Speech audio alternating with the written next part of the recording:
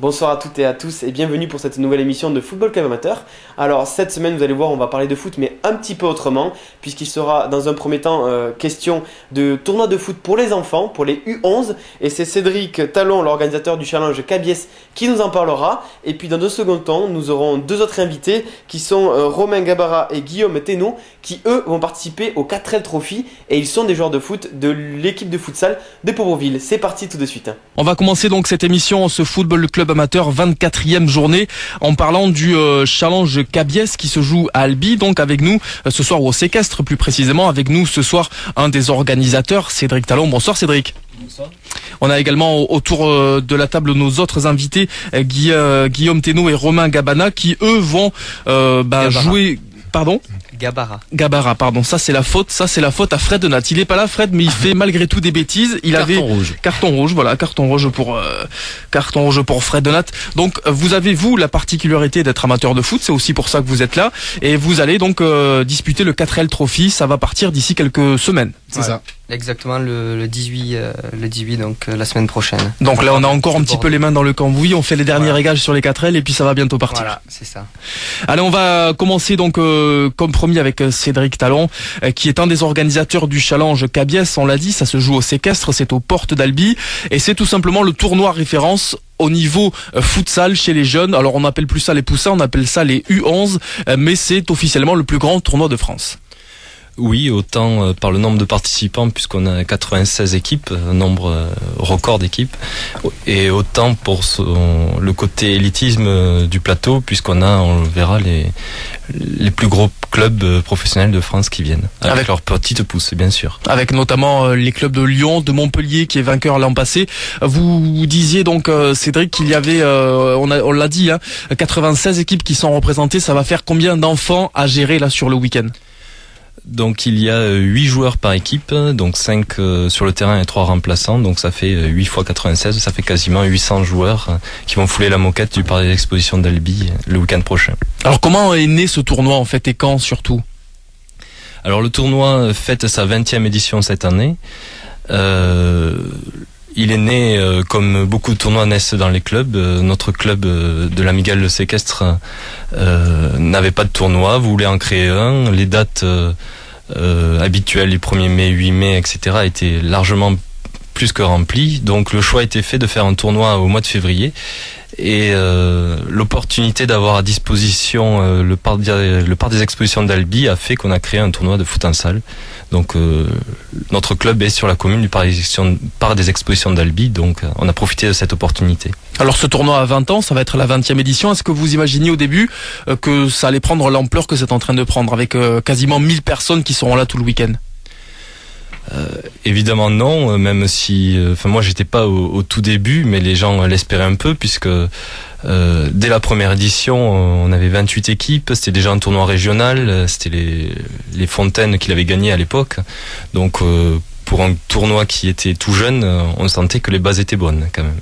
Et le succès donc vous l'attribuez à quoi ? Le succès qui s'est fait bien sûr au fil des années ? Oui, alors très rapidement, on a eu les premiers clubs professionnels qui sont venus, avec Toulouse bien sûr, Marseille est venu dès la 2e ou 3e année je crois. Et comment on fait pour les attirer ? Alors on fait jouer le réseau au début, parce qu'il n'y a pas de raison qu'ils viennent là plutôt qu'ailleurs. On avait la chance d'avoir dans l'entourage des clubs, des anciens professionnels, notamment Romain Zandona qui était ancien pro à Sochaux pendant une dizaine d'années et qui a fait jouer tout son réseau et après pour faire venir les premiers clubs. Et après ça fait boule de neige et maintenant ce sont les clubs qui nous demandent de participer à la compétition. Pas tout ça, on va le voir. D'ailleurs, il y a une question qui est tombée sur le serveur SMS. Une question donc pour Cédric. Est-ce qu'il faut payer les clubs pro pour qu'ils viennent au tournoi du séquestre ?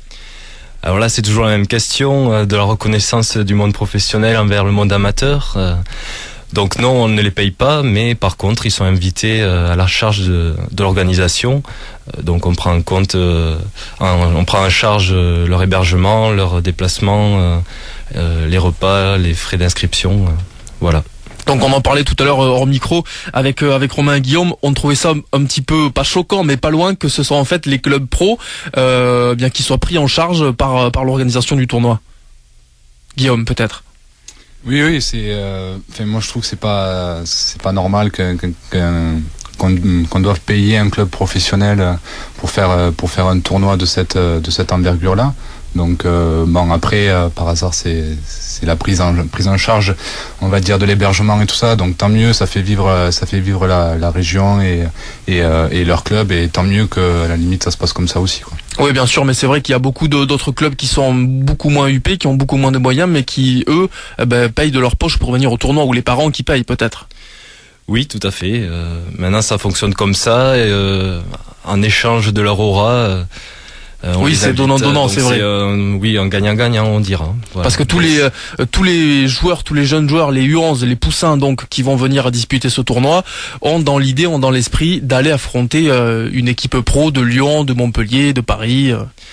Oui, c'est un peu leur Coupe du Monde.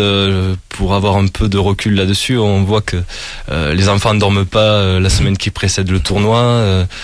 Donc même des grands enfants qui ont maintenant largement la vingtaine, la trentaine, qui ont joué le tournoi dans ces premières années, nous racontent encore ce week-end. Donc ça reste vraiment un souvenir inoubliable pour eux. Et jouer contre une équipe qui a le même maillot que ceux qui regardent à la télé, c'est la concrétisation de leur rêve. Et du coup, le sonomètre, il monte jusqu'à combien là durant le week-end? Parce qu'avec pratiquement 800 gamins qui crient partout, je suppose. Oui, c'est 800 gamins, mais c'est pas que les gamins, parce que on a 3000 personnes sur le week-end, on a une tribune de plus de 1500 places pour la finale qui est pleine à craquer. Donc le sonomètre monte très haut, c'est vrai, mais surtout cette année où on a le retour de l'Olympique de Marseille, où les supporters sont très chauds chaque année. Donc c'est l'équipe favorite, les supporters de Marseille, favorite du public? Au niveau du public, oui, je crois qu'on peut le dire. Ça reste l'équipe qui est dans les cœurs, devant même les équipes régionales comme Toulouse. C'est un fait qui est indéniable. On le voit au stadium quand l'Olympique de Marseille se déplace. Chez les petits, c'est pareil. Alors tu nous disais, Cédric, tout à l'heure qu'il y avait des jeunes joueurs qu'on connaît aujourd'hui qui jouent dans des grands championnats ou des grandes compétitions qui sont passés par le tournoi du séquestre. Donc c'était il y a quelques années en amont, bien sûr. Est-ce que tu peux nous en citer quelques-uns?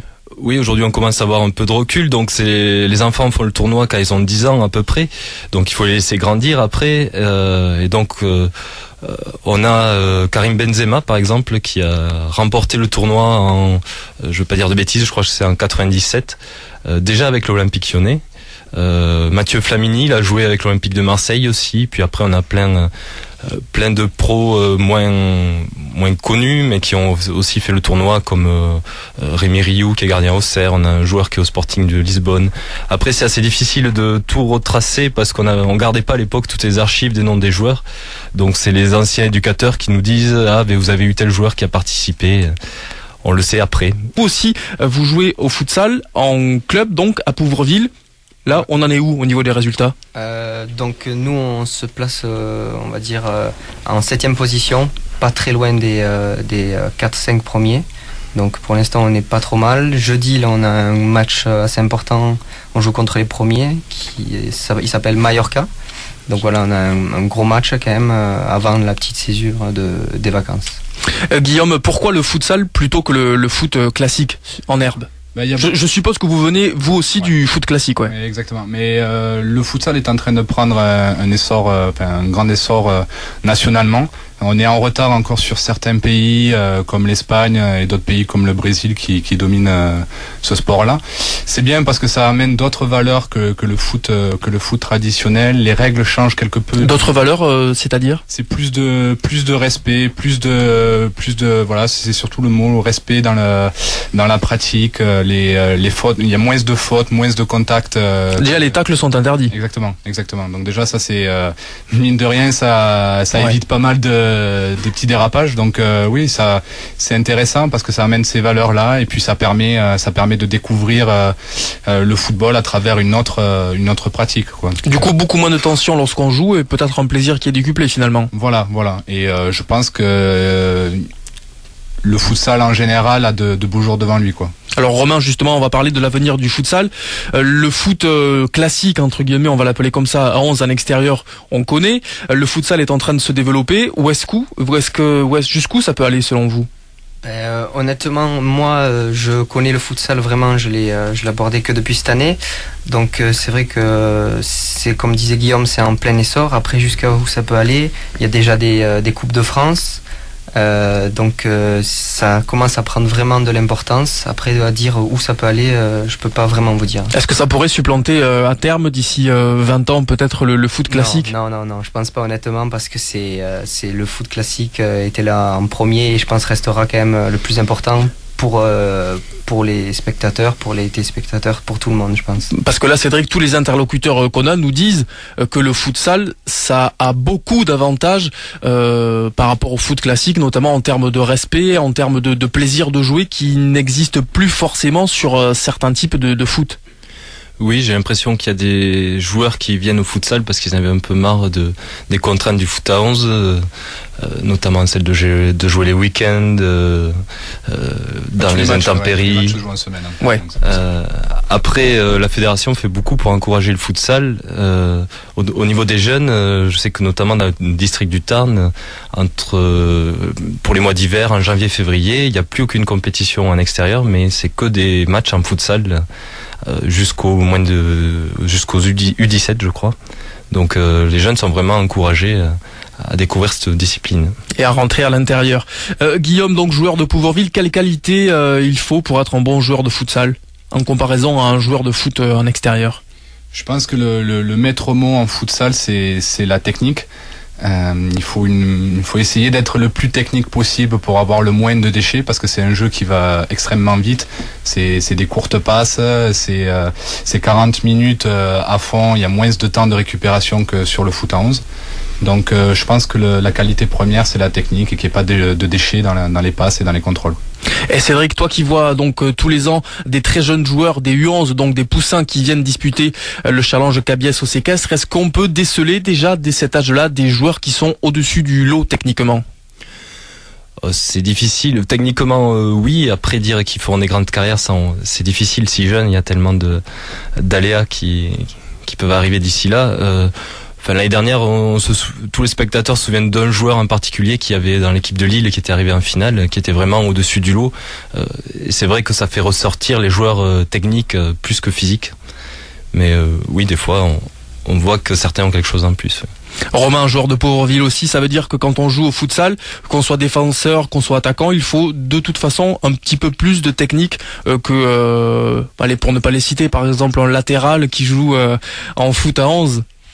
C'est vrai qu'il faut beaucoup de technique, comme disait Guillaume, parce que c'est un jeu qui se joue rapidement, ça marche sur des contre-attaques. Donc c'est vrai que c'est autant en étant défenseur qu'attaquant. En fait, on est un peu les deux, parce que l'attaquant, c'est le premier défenseur et il se replie en même temps que sa défense. Et inversement, pour l'attaque, on attaque ensemble.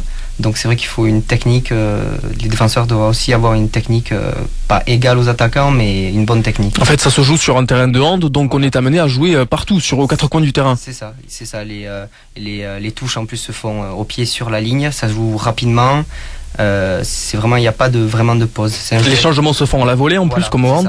C'est ça, il faut l'autre sort, il n'y a pas besoin de demander à l'arbitre, ça se fait rapidement. Quand le joueur sur le champ veut sortir, hop, ça change directement. Et après, c'est vrai, c'est un jeu explosif, quoi. C'est pas le même rythme qu'à 11. À 11, ça va être des courses longues, mais plus ou moins, on va dire, coupées par des temps un peu plus morts, parce que ça va se jouer à l'opposé. Par exemple, si on est sur un côté gauche, ça va se jouer de l'autre côté. Parce que le jeu futsal, c'est vraiment tout le temps, quoi. C'est on monte, on descend, c'est d'attaque-défense, quoi. Ouais, c'est très concentré sur un terrain qui est beaucoup plus petit, donc forcément les zones de contact sont plus fréquentes. Un mot peut-être sur le gardien, Guillaume, qui se fait parfois matraquer un petit peu. Oui, une petite pensée d'ailleurs pour Laf, qui est notre gardien donc en futsal. Oui, il faut aimer. Après, chacun son poste, comme on dirait, mais c'est vrai que les gardiens, ils en prennent plutôt pas mal, quoi, à l'entraînement, en match aussi. Donc une petite pensée pour eux, je pense. Je rajouterais que honnêtement, ils aiment. Ils en redemandent, même on voit l'entraînement, ils en redemandent. C'est comme au hand en fait. Je crois qu'il faut être un petit peu fou pour être gardien. C'est ça. Voilà, c'était donc Football Club Amateur. On se retrouve dès mercredi prochain pour une nouvelle émission. Au revoir.